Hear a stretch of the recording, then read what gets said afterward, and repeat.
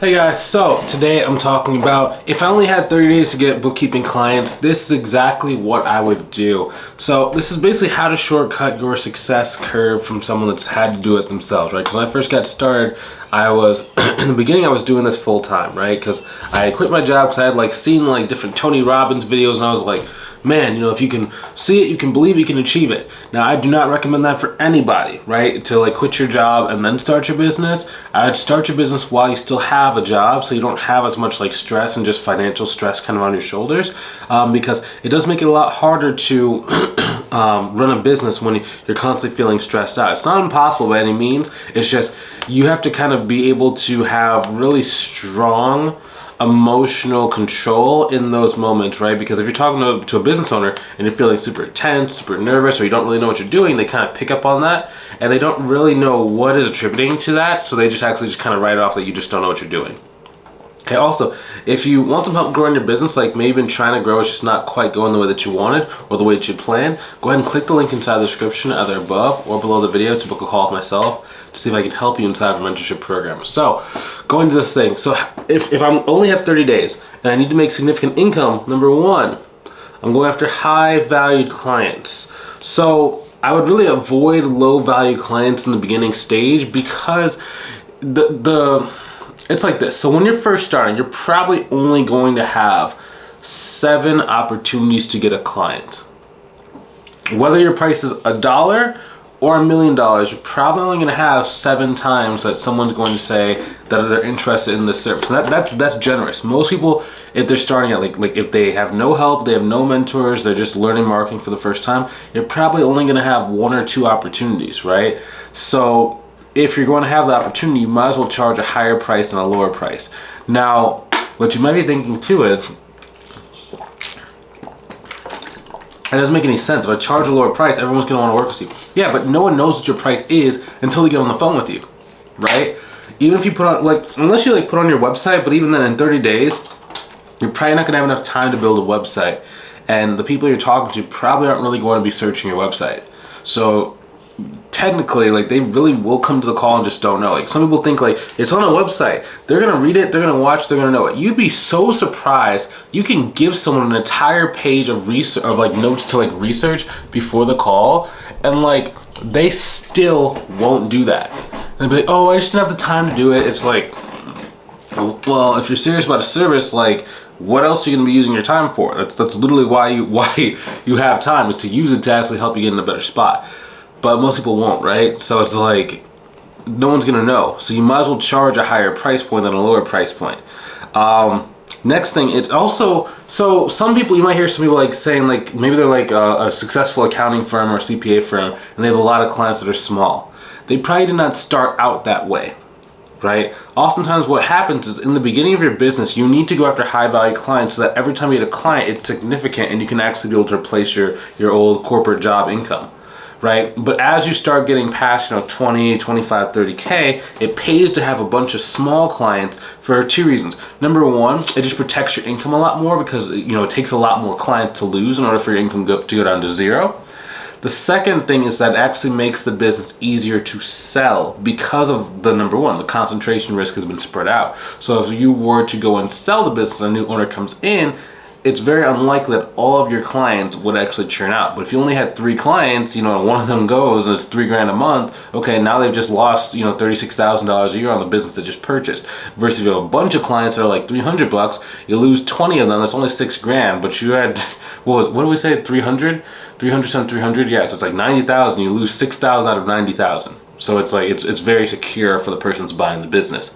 Now, most people can actually double or triple the rates they think that they can actually charge, right? It's very interesting to be oftentimes when someone comes and joins our mentorship program, if they've been in business for any amount of time, or if they have clients, the first thing I do is I look at the pricing. I'm hey man, your pricing is double or is 50% or 60% lower than what it should be.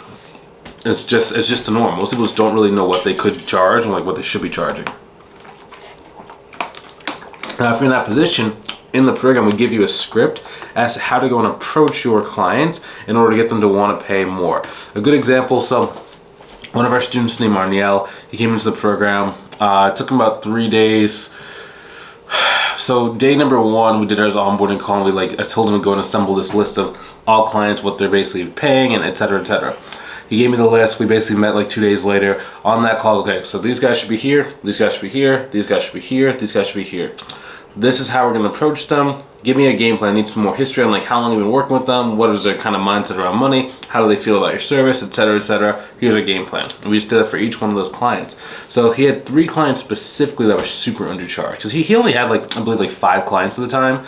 So 2 of them were okay. They weren't perfect, but they were okay. 3 of them were severely underpriced, like literally like I think 2 of them he was charging about 30% of what he should be. The other one he was charging like 50% of what he should be. And it's very, very common for most people, right? So basically all we did was just adjust his pricing and instantly added $3,000 to $5,000 a month to his income and spent like 3 days. Right, so it's not like it was like magic. It was just like, yeah. Now, if you don't have clients, of course, you're probably not going to be able to do this. But I'm just giving you an example for price, right? Why pricing is so important, right? Because I mean, if he changed 3 clients and he added between 36 to about 5,000 a month, 60,000 per year, just from one tweak. That's also why you should probably work with a mentor earlier rather than later, right? Because it's like, think about how if he had been going in business for a year, that's only $36,000 to $60,000 he lost just by waiting until he got stuck in his business. Don't wait till you're stuck. Get help before you get stuck, so you don't have to get stuck. Next thing, identifying high-paying clients. So, okay, Bryce, I know I need to get high-paying clients. How do I actually go and find them? Number 1, you need to understand the market. Number 2, target high ticket. 3, research industries. 4, do client financial health. 5, set competitive pricing. So the main thing is you have to understand which markets are more likely to pay a higher ticket pricing. Okay, so I'm always looking at industries that have high revenue and high contractors as just a natural occurrence. So I'm thinking, let's say for example, construction. Okay, that's all they do is work with contractors, and their revenue is very high because they're very project based. Same thing with like solar companies, right? They're used to having large sales teams. They're very good at sales. Every time they sell a thing, it's between $10,000 to $100,000 per sale, and they make tens of hundreds of sales every single day. Right? Now, that's converse or opposite of like, let's say like a solopreneur, or maybe like a solopreneur like handyman. Okay, well that person probably doesn't have very much staff. They want to do everything themselves. They want to micromanage every single project because they can't get away with control.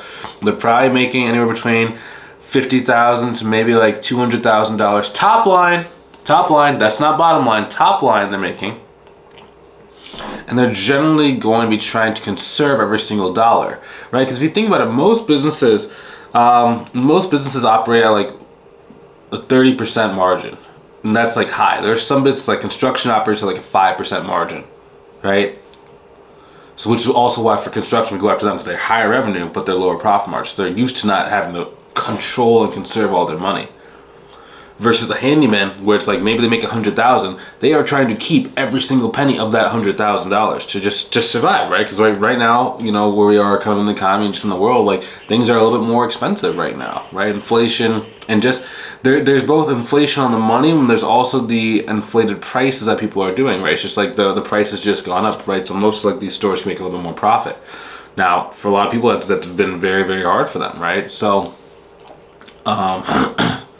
how you say, it makes sense why, but I'm just not going to try and get them as a client, right? That's like it's like there can be an objective truth about society or just about things, but it doesn't mean I have to go and deal with clients that are in those positions, right? So it's not that they're bad people. It's just if I need to get high ticket clients, I'm going to work with the highest ticket clients. I'm going to avoid people that can't afford to pay me the most, whether it's mentally they can't afford, or whether they like physically, like budget wise, they just can't afford. Right? Now, next thing, I'm also going to be using tools to research how much the company is making. I want to be shooting for at least $500,000 per year in revenue. Okay? Now, the reason why is because generally we're going to be charging. Generally, people are willing to pay 1 to like 5% of whatever their income is, right? So I'm going to go worst case scenario. So let's say 1% of 500,000, about 5,000 per year. That's about $450 per month, right? So ideally, I'd be going for companies that are doing between about $1 million to about $3 million from revenue. That'd be a really good sweet spot to kind of hit, right? Really good sweet spot to hit. Because if they can only pay 1%, that's between about $1,000 to about $3,000 a month. I'm going to get paid for those clients, right? So and if you don't know what research tools, there are a lot of different research tools. Like you can use Sales Navigator, you can also use Apollo. You can also go and just like get databases, just kind of see like what every company is doing. You could also go and pay someone on Fiverr to basically go and research companies. So let's say you find like a list of people inside the construction space, right? Okay, so you have to go pay someone to go do some research to go and see like what is the revenue, right? Now I don't really like paying them because I mean there's these tools I can do it. It just really depends. There's tools I can do it like Sales Navigator does it naturally. Sales Navigator, I believe, is about $100 a month right now. So I mean, yeah, it can sound expensive, $100 a month, but it's like, if you really put it into perspective, like in order to own like a traditional business, like you had to invest like minimum $50,000 just to do it. That's why I talk about people like used to like the failure rate used to be so high because you just needed so much capital in order to like support your business. Nowadays, like all you really need is like a computer. Like, because your computer can take videos, it can do phone calls, it can use QuickBooks, it can actually control someone else's computer all the way across the world. It can talk to your contractors. Like everything that you need could really be on a computer. So your business really should cost like $1,500, right? But the problem is most of the business owners in the past were a lot more well-rounded than business owners are today. So they were good at like marketing, sales, accounting. And it's not that like inherently we lost those skill sets. It's just most people nowadays, they specialized in like accounting or they specialized someplace versus before when they started the business, usually they would just like be scrappy people that were like salespeople from birth. Right, so they're always like selling something or doing something, or people were always giving them money, right? So it's like they already had those inherent skill sets. So they were much more comfortable taking on risks. They were comfortable taking $50,000 in loans, or they were comfortable taking $250,000 out in the bank, right? Or $1 million out to go and build a McDonald's. They were comfortable because they knew that they had the skill sets behind it. Nowadays, since we're good at accounting, but we're not necessarily great at marketing or sales, you know, it's kind of feels a lot scarier, even though it's a lot safer than what it used to be, right? So it's one of those things, but you tend to kind of like learn about that. Now, that's the really cool thing. Now, when it comes to setting competitive pricing, like we just kind of talked about, you set it between like 1% to like 3% is kind of how you can do it. Now, in our program, we give you a pricing calculator tool. It gives you a very exact way to price out your services. Just in case like someone ever asked you like why is a price the way it is, you can actually explain it to them, and it just makes logical sense. And that's why like our students like are able to go and get like people to say yes at such a higher percentage than average, is because they just have tools in place to explain the value. And when you explain the value to someone like in a concrete manner, in a very systematic step-by-step way, they oftentimes are like, okay, cool, this makes sense. So next is social media outreach. So just kind of like we just talked about, right? So I am always like, I like LinkedIn just because it's like centralized. I like things that feel centralized. I don't like being on Facebook, then having to go research them there, then having to go message them here, then having to call them there. That's just too spread out, right? So I instead like to have things as consolidated as possible. So I want, if LinkedIn can do my research and it can do my messaging and it can be the place that we contact and it can be the place where I can send them like a lot of different things, that's my centralized hub. So that's why I use it. It's not that you have to use LinkedIn, it's just LinkedIn's just the easiest way to do it, like because of that research element, right? Like if there was no research element on LinkedIn, then like Facebook would be just as good because you don't know who you're really talking to. You have to use like context clues to kind of figure that out or even ask them. But since it does have that, that's the tool that we're going to be using. Also, out of all the social media platforms, LinkedIn tends to be the one that has the most consistent rule changes. So Facebook changes its rule all the time. Like people talk about, like you might not have heard, but they talk about like Facebook jail. Like sometimes you can't message people, or sometimes like you can't join groups, or sometimes like you're commenting on posts and all it says like you can't comment anymore, right? So it's a lot more finicky and a lot more fragile. Instagram is very fragile. Just they can have like an automatic algorithm update. Your post gets shown to nobody. They could have it where like I've heard of people getting their profiles just disabled for just random things. Like Yeah, so it's just a lot of different things. Versus like LinkedIn is the rules are very clear cut and they explain the rules to you. And like even if they give you like a limit or like a thing, they tell you, okay, this will be over in 24 hours. This is what caused it. This is how you prevent that from happening again. So it's just much more. It's easy to build your business on something that's very stable like that. That is the secret to success, right? You either want to build on something that you own or something that does not change. So a good example, let's say you're in the online space. What are some things that we own? Email list is something we own, right? So like even if like an email address gets blacklisted and you can't email anymore from that same one, you just take your existing list, you just move it over to a different email, and now they love you because they like you as a person. You've transcended the platform. Okay, so that's even another complex topic. Transcending a platform. So let's say all of your business contacts are on Facebook. If Facebook kicks you off, you have no access to these people anymore. You've lost access to people. Versus if you have a Facebook person, then you also have their email, and they're also like watching your LinkedIn, you have them in 3 places. They are connected to your brand. They're not connected to Facebook. So if Facebook was to delete you, you still have them on your email, you still have them on your YouTube. You have transcended social media. If they saw you on the street, they would know you. So it's just about like how many different ways can you communicate with those people.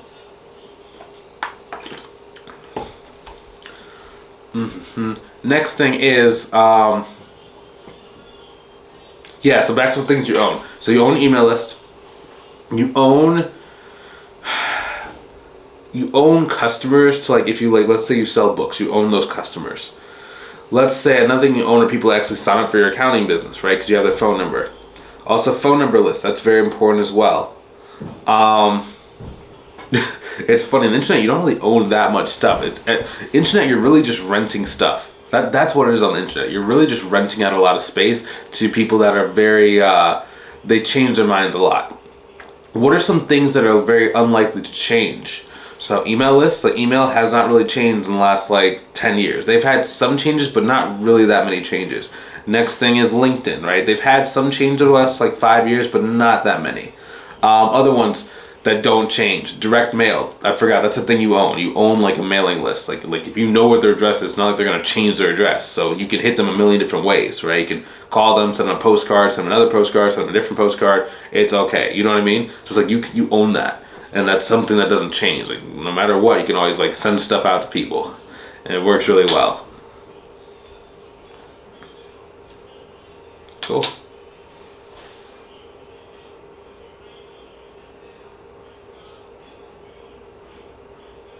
That could work well, actually. Who knows?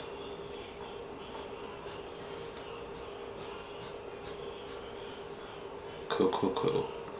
So I'm just lost in thought about different things. Yeah, it's like, that's one thing about the internet, guys. Like you just have to like learn how to use it and then like learn how to get off it. Another thing you own is like referral partnerships, and like those don't really change, and because people don't really change that much. Like what we kind of like changes slightly, but like the overall underlying element of being human doesn't really change that much. Cool. Now let's say you're on social media. A couple different ways you can actually reach out: direct messaging, building connections, and showcase your expertise. If you only have 30 days, we got a DM. We have to DM them, like just attack. You have to have as many conversations you possibly can in the span of the 30 days. So, and here's why I don't like cold calling is because like even though it's like a 30-day challenge, you still want to be able to use the stuff after 30 days. If you're cold calling, as soon as you hang up the phone or as soon as they don't respond to your voicemail, they're basically lost forever, right? Versus LinkedIn, let's say they accept your connection request. Okay, well now we can go back to that same list every single month, every single year, every single decade, and the list gets bigger and bigger and bigger. And the more people you're able to like reach out to on a consistent basis, the easier it is for you to actually make money. It's very funny. As long as you can talk, like let me tell you this. If there's about 30.2 million small businesses in the United States right now, right? I'm in the United States, so I generally talk about the United States. We have students in Canada that have a bookkeeping business in Canada, but usually I talk about the United States. Okay, so within that, if you think about it, if you could talk to 30.2 million business owners, you'd make as much money as you want. It's just most people, like when you start on social media, your list is 0. So you actually have to first grow that list. And then once you've grown that list, then you can start, talking to them on a more consistent basis. So, it's just one of those things, but that's how you do it. So it starts out small, like in the first 30 days, like you have to be very specific with who you're actually reaching out to. Like, don't let that limit you. Don't think that you're like, oh, I can't send out a connection request, I don't know who it is. It's just more of like, as long as you're within that range that we kind of talked about, then you're generally safe. But then, you just keep moving, keep going. We already kind of touched about research. The one thing I will say about this slide is, like, when you're DMing people, just make sure it's very, very personalized. Like, you don't want it to be like, you don't want it to just be like, hey, buy my stuff, hey, buy my stuff, hey, buy my stuff, hey, my name's this, I'm an accountant, I want to help you with your business, click this link to go buy something. Like, that's not good, because you're gonna burn out people that are more relationship driven, right? Because if you think about it, the people that respond to a more direct outreach like that, they are more likely to ghost, because the only reason why they kept talking to you is because they felt like they needed the service. Versus someone that comes from a more indirect conversation, it's more about like, give, take, give, take, give, take. They're going to stay with you for a lot longer because you have built up a relationship. It's almost like a one-night stand person, like, versus like maybe you've been dating the person for like 6 months. You know what I mean? Like, in some cases, like the one-night stand can last for a long time, but that's generally not going to be like the majority of people, right? So it's the same thing. It's like direct outreach or directly pitching your thing is kind of like trying to go on like a one-night stand kind of thing, versus back and forth, like taking someone on a bunch of dates over like 6 months to a year, getting to know them. It's like that's when you see like they will stay with you forever.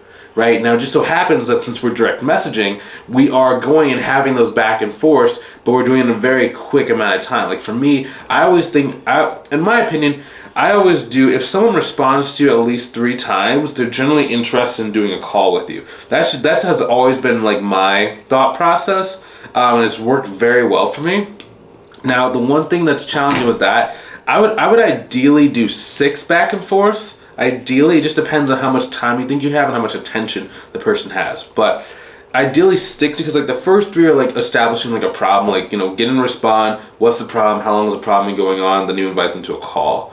If you could instead do a little bit more, you could see, are they actually in market for an accountant or bookkeeper? You could see like how quickly they're looking to get help, right? Those 2 extra questions are really going to like determine how easy it is to close the lead. So it just depends. If you don't think you can get them to answer the last 2 questions, okay, well, then you give 3 questions and you're invited to a call, and you do like a 15-minute call. So you do like a call that basically gets them interested and gauges their interest. So rather than asking 2 questions, you do 15 minutes worth of conversation. So, just about whether you like be on the phone more or in like Messenger.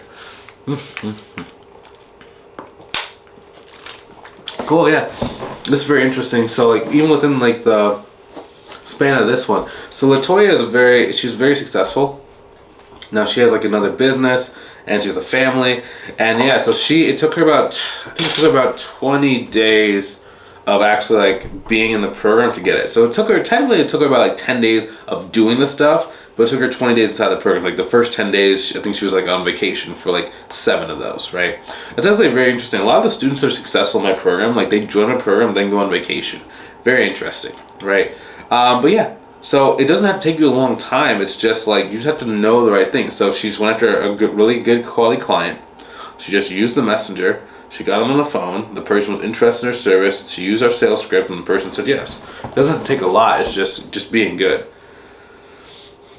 Awesome. Then all you do is leverage your existing client success. Whenever you get a new client, just ask, hey, are there other people that could utilize my service? Most people are going to say yes right away because they're trying to reinforce the decision that they made a good decision of actually going and working with you. And then, yeah, that's it. Then you just showcase your success, you use some testimonials, and you start building trust, okay? So that is how I would do it within 30 days if I needed to go and if I needed to grow. It's actually something I did. So I think it was about 2 months ago. I think it was like back in like May. I did a challenge inside of our community where I basically created a new profile online. I basically started reaching out to like different business owners using like the same scripts that we would teach them, but I didn't have like an audience, didn't have a list, didn't have anything. It just literally just one from scratch. We got 3 in the first what was that? It was under 30 days. I think it was first 4 days I had my first client. After that, the next 3 days after that, I had another client.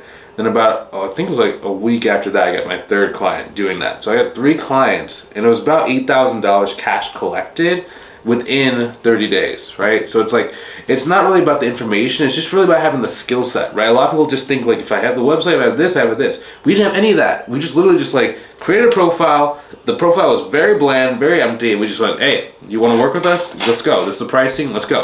And we just, of course, we use our sales skills, and we have like really good sales skills and stuff, but it doesn't take that much. But the whole point of that is to say is like, you know, watching YouTube videos are great and all, and it gives you a lot of like food for thought, but it's really about, it's not the information that makes the stuff work. It's the skill sets that you develop. If you don't have clients, or if you're not growing at the rate that you want, you know, I'm not trying to be mean, but like maybe your skill sets just are not quite in the right place that they need to be in order to make the business work for you in a very, you know, short period of time. I mean, if you have 4 years, you can like wait to like grow, or 3 years to wait to like, you know, grow it, then, you know, it's great. You know, do it the slow way, watch a million videos. But if this is something that you want to do and you want to be able to leave your job as soon as possible, I would just recommend you go and like get some help, whether it's my program or someone else's program, it doesn't matter. Just get some kind of help to actually like go and grow your business. If you do want to like learn more about our program, see if our program can help you out, go ahead and click the link inside the description, either above or below the video, to book a call, see if I can help you inside of our program. Okay, I would love to see if we can.